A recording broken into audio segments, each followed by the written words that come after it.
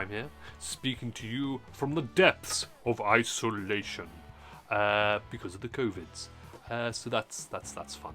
Anyway, back on track today with another Optimus Prime review for The Collection Doth Grow. I must feed it with more Optimus Primes. Anyway, today we have a Transformers METALFIGS Optimus Prime from Jada, or Jada, or Jada. I'm gonna go with Jada. Anyway, Booth Mode! Booth Mode. Welcome back. And here we have the wonderful packaging for this lovely looking Jada Optimus Prime. It says his name on the box. It has the METALFIGS logo in a nice metallic brushed metal kind of go there. It has Optimus Prime die-cast technology. It's a lost art. Yep, so nice Optimus Prime there, and the sort of grid effect from the G1 figures. And inside there we have Optimus Prime in all of his metally glory, with what appears to be his axe and his gun in try-me packaging. Do we dare? Do we dare try me? Oh. Okay, so the try-me packaging activates his eyes that light up a little bit. In fact, probably not quite showing so well because, well, he's in the light. I think they've gone off again now. There we go. Transformers logo at the top, and the side of the box, and the side of the box, and the back of the box, which shows also available Bumblebee. However, this gigantic warning sticker covers over nearly half the back of this box, so I cannot possibly tell you what else was under here. I imagine the other half of Bumblebee. Perhaps other secrets that we will not be privy to. And this, hilariously, it's the back of the box art for the normal G1 figures, but for whatever reason, and I cannot possibly comment as to why, it's upside down. How any packaging, which must go through a process of approval and then printing and then everything else, how anything in this day and age gets to this stage with such an obvious, large, glaring error, it's baffling. I have no idea how that could possibly have happened.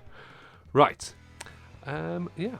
And that is the box. Right, let's open this bad boy up. Get some scissors, use them very carefully to cut the sellotape up there, a little bit here.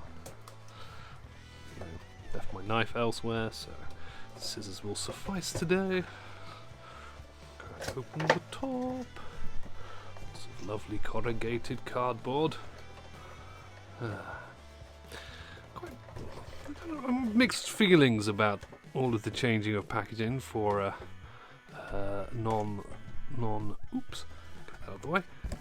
non-plastic, because obviously plastic packaging you can present things very nicely, lots of clear plastic, but obviously it's terrible for the environment because nobody properly recycles things. So I say nobody, that's a bit harsh. Not all plastic is recycled properly, shall we say. And also, it's not necessary, and it just ends up in landfill. And anyway, that's another matter.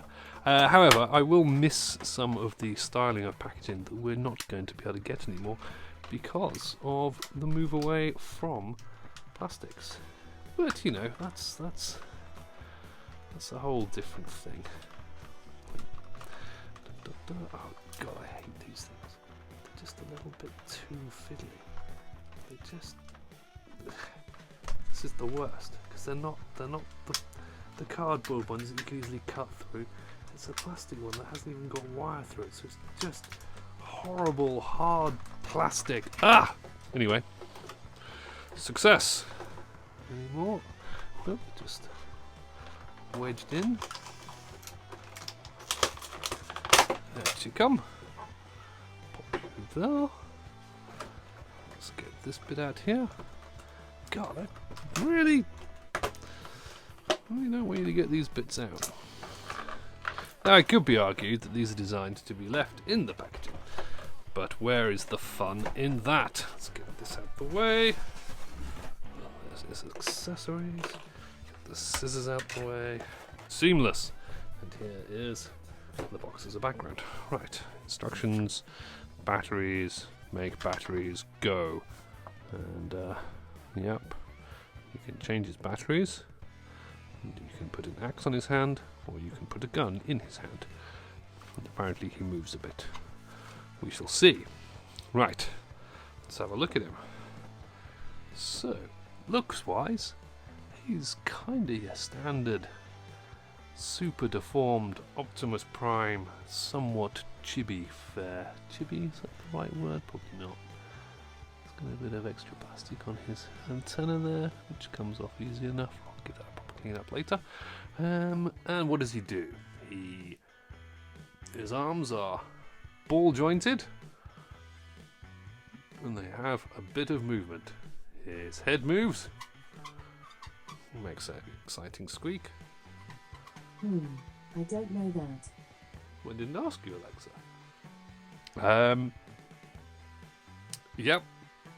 And that's really about it. There's a screw there, which I imagine is to gain access to his battery compartment, and the button indeed makes his eyes light up. I quite like that. It's quite subtle. I should try that without the light on, so you can see it a bit better. Off. Ooh, yeah, that's a bit better.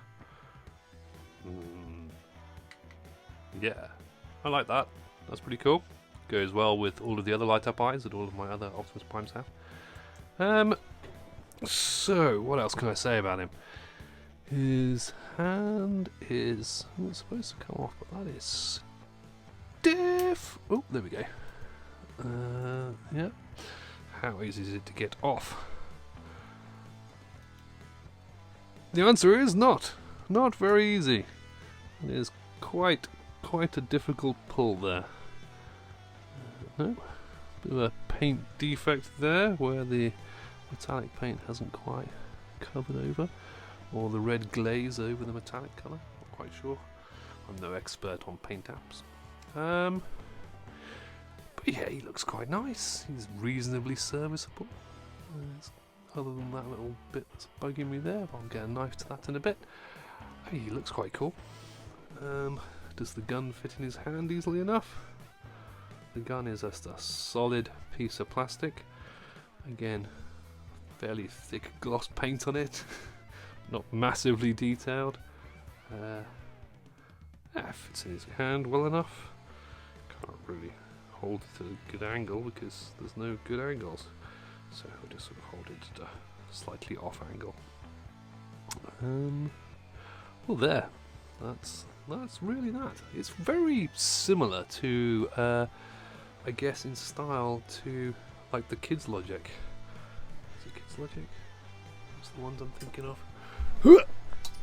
Anyway, it looks quite a lot like that sort of style. Actually, maybe not. It's quite distinct. It is a completely different take on it.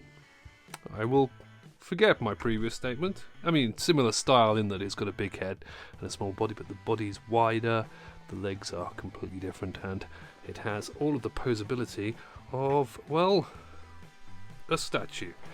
It cannot pose at all. There is nothing that moves. You can maybe... Oh dear! Well, this arm appears to have... Oh, there we go. Could raise a fist. Put his gun up. Maybe turn his head slightly so it looks like he's shooting at you. Grr. Optimus Prime. Grr.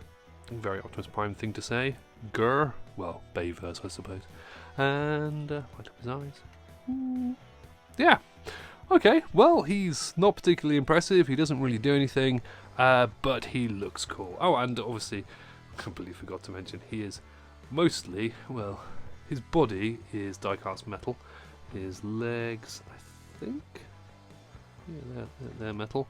His arms are plastic, and his back might be metal, and his head is plastic. So he's partially die-cast metal, but quite a lot of him is plastic. But he's quite weighty, and he looks cool, and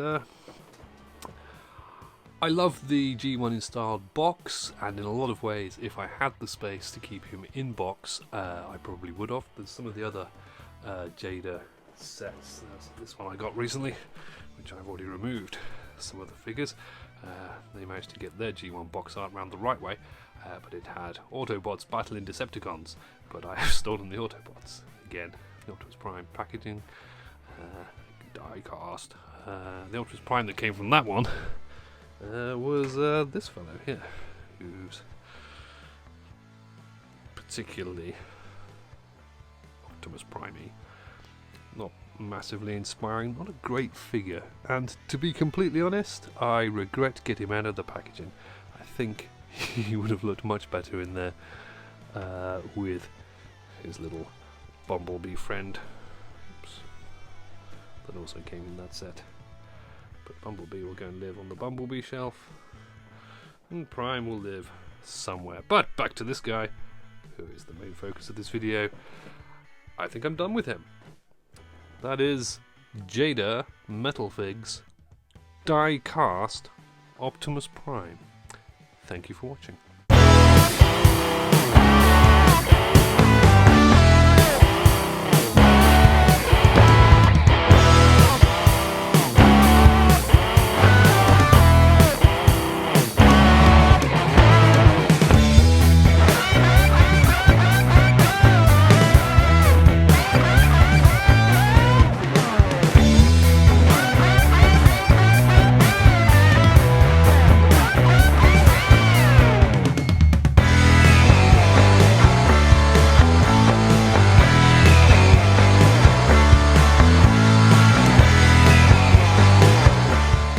Fingers on plastic.